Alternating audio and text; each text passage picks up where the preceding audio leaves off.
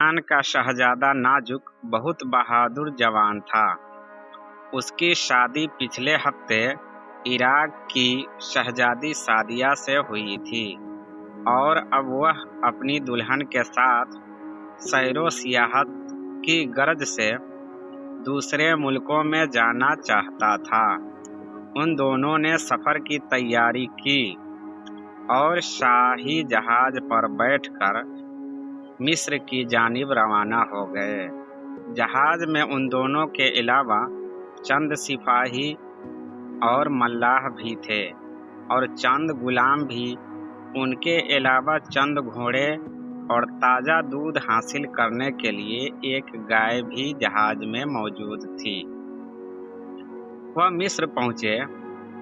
बंदरगाह से शहजादा और शहजादी घोड़े पर सवार होकर शहर की सैर करते रहे। मिस्र के बाद वह दूसरे मुल्कों में गए। अफ्रीका पहुंचकर शहजादा नाजुक ने शहजादी सादिया से कहा कि हम अफ्रीका के जंगल में जाएंगे।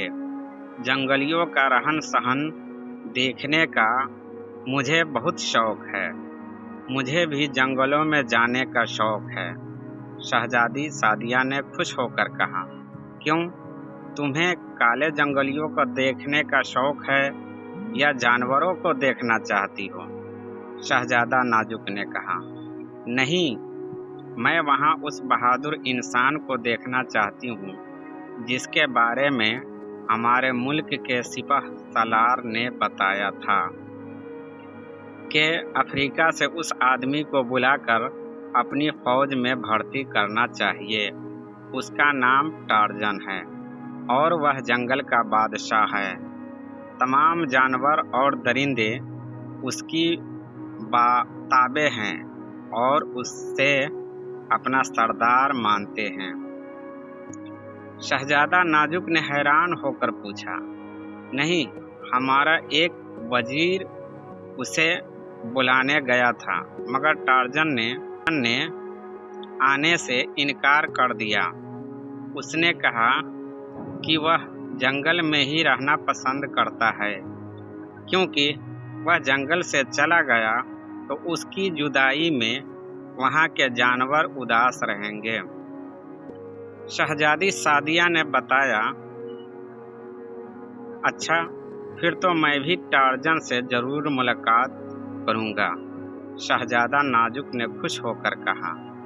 फिर उन मल्लाहों को अफ्रीका की उस जंगल की ओर चलने का हुक्म दिया जिसमें टार्जन रहता था। लेकिन वह साहिल टार्जन के जंगल वाला नहीं था जिस पर वह शाही जहाज पहुंचा था। मल्लाहों ने शहजादा से कहा, लगता है ये कोई और साहिल है।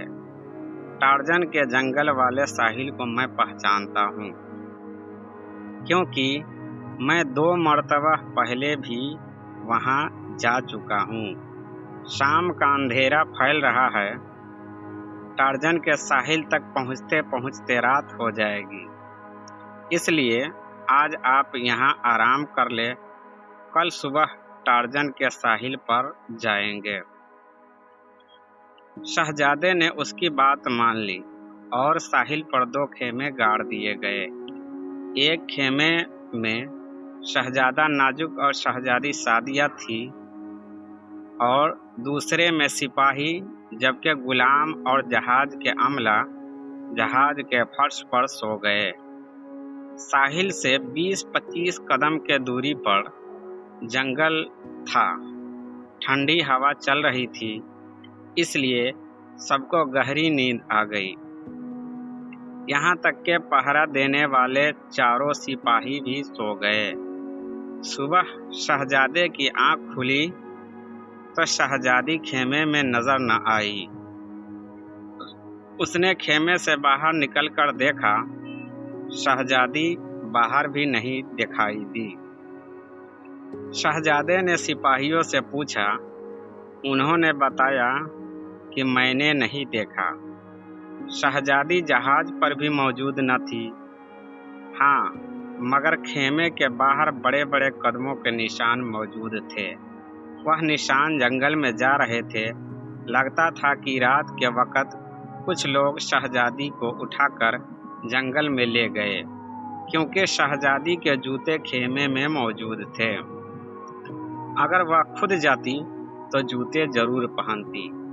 टार्जन दोपहर के वक्त अपने झोपड़े के बाहर जंगल के कुछ जानवरों से बातें कर रहा था।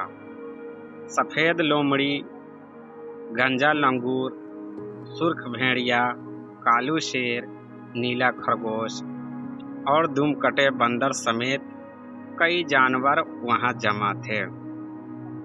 मंकी टार्जन के बिल्कुल करीब बैठा था और सामने बैठे जानवरों का मुंह चिढ़ा रहा था। किसी पर जुमले कस रहा था, किसी को मजाक कर रहा था तो किसी को ताना दे रहा था। मगर टार्जन की वजह से कोई जानवर मंकू की इस शरारत का जवाब नहीं दे रहा था। सब जानते थे कि वह टार्जन का चहीता है। ओ गंजे, आज तुम मुंह धोकर नहीं आए? मंकू ने गंजे लंगूर को छेड़ा। नहीं, गंजे लंगूर ने उसकी तरफ देखते हुए कहा। फिर तुम्हारे सर के बाल क्यों गीले हैं? मंकू ने मुस्कुराते हुए पूछा। उसके बाल कहाँ से आ गए? बेचारा तो गंजा है। दुमकटे बंदर हंसते हुए बोला। तभी सभी जानवरों ने मिलकर गंजे लंगूर का इतना मजाक उड़ाया कि गंजा लंगूर वहां से उठा और समंदर की ओर भाग गया। तो फिर दुमकटे बंदर ने कहा कि हम उसके पीछे जाना चाहिए, कहीं ऐसा न हो कि गंजे लंगूर समंदर में डूब कर मर जाए। नीले खरगोश ने कहा कि मैं भी जाता हूँ। मंकू बोला, क्या जरूरत है उसके पीछे जाने की? मर गया मरदूद, फातिया न दरूद। टार्जन मंकू का कान पकड़कर मरोड़ते हुए कहा, जाते हो या तोड़ दूं? नहीं नहीं सरदार, कान न रहा तो सब मुझे कनकटा कहेंगे। आप मेरे पांव तोड़ दें। इस तरह तो तुम्हें लंगड़ा कहा जाएगा, कालू शेर ने हंसते हुए कहा। लंगड़ा हो गया तो कम से कम गंजे के पीछे तो नहीं जाना पड़ेगा, मंकू बोला। उसकी बात पर सभी मुस्कुराने लगे। ठीक उसी लम्हे सामने के दरख्तों से गंजा लंगूर दौड़ता हुआ आया और उनकी तरफ भागने लगा। वह घबराया हुआ लग रहा था, जैसे मौत से डर के भाग रहा हो। टार्जन को भी हैरत हुई कि गंजा क्यों घबरा कर भाग रहा है। आखिर वह किस चीज से खौफजदा है? देखा सरदार, कितना खबीस है, जैसे गया था वैसे ही आ रहा है, मंकू ने टार्जन से कहा। फिर उसने जानवरों हंसकर कहा, तुम सब कहते थे कि समंदर में डूब कर मर गया होगा। अरे मुझे तो पहले ही पता था, नाटक कर रहा है। अगर इसमें इतनी गैरत होती तो समंदर में जाने की बजाय यहीं चुल्लू भर पानी में डूब मरता। इतने में गंजा लंगूर करीब आ पहुंचा और हाँफता हुआ बोला, सरदार शहजादा, सरदार घोड़ा। क्या बक रहे हो गधे? सरदार इंसान है, घोड़ा नहीं। क्या बात है, क्यों बदहवास हो? टार्जन ने नरम लहजे में पूछा। सरदार घोड़ा, गंजा लंगूर बुरी तरह हाँफ रहा था। देखा सरदार, मैं आपकी बेइज्जती नहीं देख सकता। ये बार बार आपको घोड़ा कह रहा है कि इसकी आप मुझे इजाजत दें कि इसकी जबान काटकर सफेद लोमड़ी को खिला दूं।